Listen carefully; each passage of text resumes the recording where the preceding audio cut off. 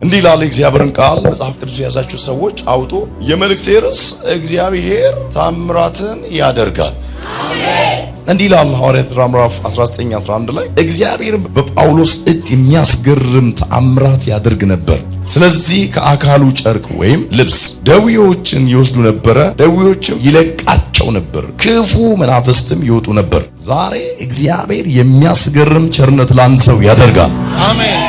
ጳውሎስ የእግዚአብሔር ልጅን ለብሷል። ጳውሎስ የተለየው ለእግዚአብሔር የሚኖረው ለእግዚአብሔር ነው። ስለዚህ አንተ የክብሬ ዕቃ ነህ ብሎታል። በነገስታት ፊት ሊቆም ራሱ እግዚአብሔር ወይ ደግሞ ራሱ ኢየሱስ ለሱ ምን ብሎለታል? ኪዳንን ገብቶለታል። ስለዚህ ከዚህ ኪዳን የተነሳ ጳውሎስ በየትኛውም ሁኔታ ውስጥ ይቆም ይራመድ፣ እግዚአብሔር ከሱ ጋር ስላለ ሁለንተናው ላይ ምን አለ ካላችሁ የእግዚአብሔር ቅባት አለ። በጣም ገረመኝ። ሕዝቅኤል ምዕራፍ 2 ላይ ስትመለከቱ በጣም የሚገርም ነገር ነው። እግዚአብሔር የሚገርም የተአምራትን ጥግ በሕይወቱ ሊያደርግ እግዚአብሔር ስለፈለገ እግዚአብሔር ሕዝቅኤል ጋር ውጣ አለው። ዛሬ ለአንድ ሰው መውጣት ይሆናል።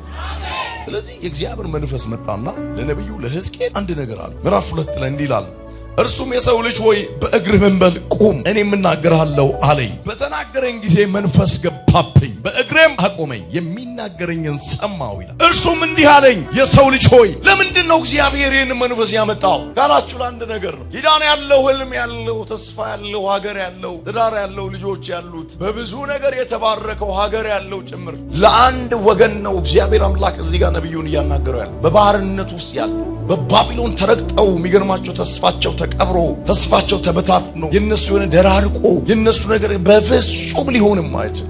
እግዚአብሔር ከዛም በፊት ሆኖ የማይታወቅ ከዛም በኋላ ሆኖ የማይታወቅ ነገር ነው ወደ ሕዝቅኤል ይዞ የመጣው። መንፈሱን መጀመር የሚያስችለው መንፈስ ውስጡ ጨመረበት። የሌለውን የሚፈጥር መንፈስ በውስጡ በሕዝቅኤል ላይ ምን አደረገበት? ጨመረበት። የታምራት ጥግ ሊያደርግ እግዚአብሔር በላዩ ላይ ኪዳን ገባ፣ ተወራረደበት። በማን ላይ? በሕዝቅኤል ላይ። የሚገርማችሁ መንፈስ ብቻ አይደለም የገባበት፣ ይህንን ቃል በላ። የሚገርም ነገር ነው። አፉን እግዚአብሔር ከፈተና ቃሌ ምን አደረገኝ ይላል? አጎረሰኝ። የእግዚአብሔርን ቃል ሕዝቅኤል ምን አለ? ጎረሰ። በአፌ ውስጥ አለ እንደ ማር ምን አደረገኝ? ጣፈጠኝ አለ። እርሱም የሰው ልጅ ሆይ ያገኘውን ብላ፣ ይህንን መጽሐፍ ብላ፣ ይህንን ለእስራኤል ቤት ተናገር አለኝ። አፌንም ከፈትኩ፣ መጽሐፉን አጎረሰኝ። እርሱም የሰው ልጅ ሆይ አፍህ ይብላ፣ በምሰጥ በዚህ መጽሐፍ ሆድህ ምን በል ሙላ አለኝ። እኔም በላው፣ በአፌ ውስጥ እንደምን እንደማር በላው፣ በአፌ ውስጥ እንደምን ጣፈጠኝ እንደማር። ኤርምያስ ምዕራፍ 1 ላይ ቁጥር 17 ያለው የእግዚአብሔርን ቃል እንዲህ ይላል። ቁጥር 17 ላይ አንተም ግን ወገብን ምን በል ታጠቅ፣ ተነስ፣ ያዘዝኩን ሁሉ ንገራቸው፣ በፊታቸው እንዳላስፈራ አትፍራ። እነሆ በምድሪቱ ሁሉ ላይ በይሁዳ ነገሥታት አለቆች በካህናት ላይ በምድሪቱም ሕዝብ እንደ ተመሸገ ከተማ እንደ ብረት አምድ እንደ ነሐስ ቅጥር አድርጌአለሁ።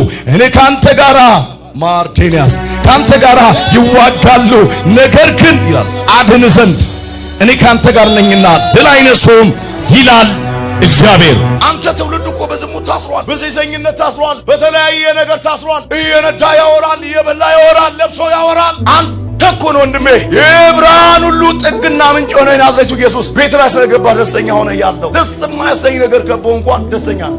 ለምን? ታሪክ ቀያሪው አጠገባል። ኤርምያስ ተጠራ፣ ተቀባ፣ የእግዚአብሔር አፍ ሆነ። ለነገሥታት ነው አንተ የምትናገርልኝ አለ። የምትነቅለው ይነቀላል፣ የምታፈርሰው ይፈርሳል፣ የምትገለብጠው ይገለበጣል ብሎ እግዚአብሔር ታላላቅ የሆነ ምን አደረገው? ተስፋ ነገረው። ኤርምያስ ግን የሚገርማችሁ ነገር ምዕራፍ 25 ላይ እዛው ተማርኮ ላለው በባቢሎን ምድር ተገዝቶ ላለው ሕዝብ እየተናገረ ወስደው 35ኛ ጉድጓድ ውስጥ አሉት። ከዛስ እስኪና ያለናል ተጫል የገዛ ወገኖቹ ናቸው በድንጋይ ወግረው የገደሉት ኤርምያስ። አንተም አንተ ብሎ ትንቢት ተናጋሪ። እግዚአብሔር ግን የፈለገ ሰማይና ምድር ከፍና ዝቅ ቢል ያፉን ቃል አይቀይርም። እሰራለሁ ያለውን በአንተ ይሰራል። ስለዚህ ተነስ ወገብህን ታጠቅ አለው። ኤርምያስ ቃል በላ፣ የእግዚአብሔርን ቃል ነው። አንተ በእናትህ ማህፀን ጀምሮ ሳቃለሁ ቀድሻለሁ ለይቻለሁ ብሎ ያለው እግዚአብሔር ነው። ሕዝቅኤልን መጣና ቃል አጎረሰው። ከዛ የላከበት ቦታ ላይ ነግራችሁና አይገርም ደርቀዋል፣ ህይወት የላቸው ግን እኮ ቃል አላቸው፣ ኪዳን አላቸው፣ ተስፋ አላቸው። ሲያይ ተስፋ የላቸውም፣ ደግሞም ደርቀዋል፣ ደግሞም ህይወት የላቸው፣ ደግሞም ተበታትነዋል። በፍጹም በቃ እንዲና እንዲህ ተብሎ የሚሰየምላቸው ነገር የለም። ግን በእነዚህ አጥንቶች ነው ያውጣኝ ብሎ የእግዚአብሔር እጅ መጥቶ በመንፈስ ወጥቶ ከዛስ አጥንቶቹ ደግሞ ምን ያሉ የደረቁ ናቸው ነው። አዎ በእነዚህ ላይ አጥንቶች እነዚህ በደራረቁ 70 ዓመት ባስቆጠሩት ላይ ምን ተናገርባቸው? ትንቢት በሕይወት ይኖራሉ ሲለው አንተው ራስህ ታውቃለህ፣ እኔማ አላውቅም፣ በአንተ ምንዳና መመራ ነኝ አለ። ስለዚህ በእነዚህ አጥንቶች ላይ ምን ተናገር? ቢተናገር ጌታ እግዚአብሔር ሆይ አንተ ታውቃለህ አልኩት። እርሱም እንዲህ አለኝ። ይኸው እግዚአብሔር ነው። እርሱም እንዲህ በእነዚህ አጥንቶች ላይ ትንቢትን ተናገር፣ እንዲህም በላቸው እናንተ የደረቃችሁ አጥንቶች ሆይ የእግዚአብሔርን ቃል ምን በሉ። ዋው! ከዛ ቁጥር 5 ጌታ እግዚአብሔር ለነዚህ አጥንቶች እንዲህ በል። አይገርምም? እንዲህ ይላል፣ እነሆ ትንፋሽ አገባባቸዋለሁ። ከዛ በኋላ እንዲህ አለኝ፣ ትንፋሽ ማገባባቸዋለሁ፣ በሕይወትም ይኖራሉ፣ ጅማትም እሰጣቸዋለሁ፣ ሥጋ ማውጣባቸዋለሁ፣ በእናንተም ላይ ቁርበትን ዘረጋለሁ፣ ትንፋሽም አገባባቸዋለሁ፣ በሕይወትም ትኖራላችሁ፣ እኔ እግዚአብሔር እንደሆንኩ። እግዚአብሔር በዚህ ክፍል ላይ ማለት የሚያስገርም ታምራት እንዳዘዘኝም ትንቢት ተናገርኩኝ። ስናገርም ድምጽ ሆነ፣ እነሆ መናወጥ ሆነ ይላል። አጥንትም ከአጥንቶች ጋር ተቀራረቡ ይልና እኔም አየሁ፣ እነሆ ጅማትም ነበረባቸው፣ ሥጋም ወጣባቸው፣ ቁርበትም በላያቸው ላይ ተዘረጋ፣ ትንፋሽም አልነበረባቸው። እርሱም የሰው ልጅ ሆይ ትንቢትን ተናገር ለነፋሳት፣ ትንቢትን ለነፋሳት። ጌታ እግዚአብሔር እንዲህ ይላል፣ ነፋሳት ሆይ ከአራቱም ነፋሳት ዘንድ ና፣ በእነዚህ ና፣ እነዚህ የተገደሉ በሕይወት ይኖሩ ዘንድ እፍ በልባቸው በላለኝ። እንዳዘዘኝም ትንቢት ተናገሩ።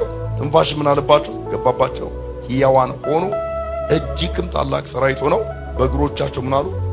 እርሱም እንዲህ አለኝ፣ የሰው ልጅ ሆይ እነዚህ አጥንቶች የእስራኤል ቤቶች ሁሉ ናቸውና እነሆ አጥንቶቻቸው ደርቀው ተስፋቸው ጠፍቷል፣ ፈጽሞ ተቆርጠናል ብለው ነበር። እግዚአብሔር የሆነ ነገር ይቀጥላል። ትንቢት ተነግሯችሁ እግዚአብሔር ታምራትን ያደርጋል።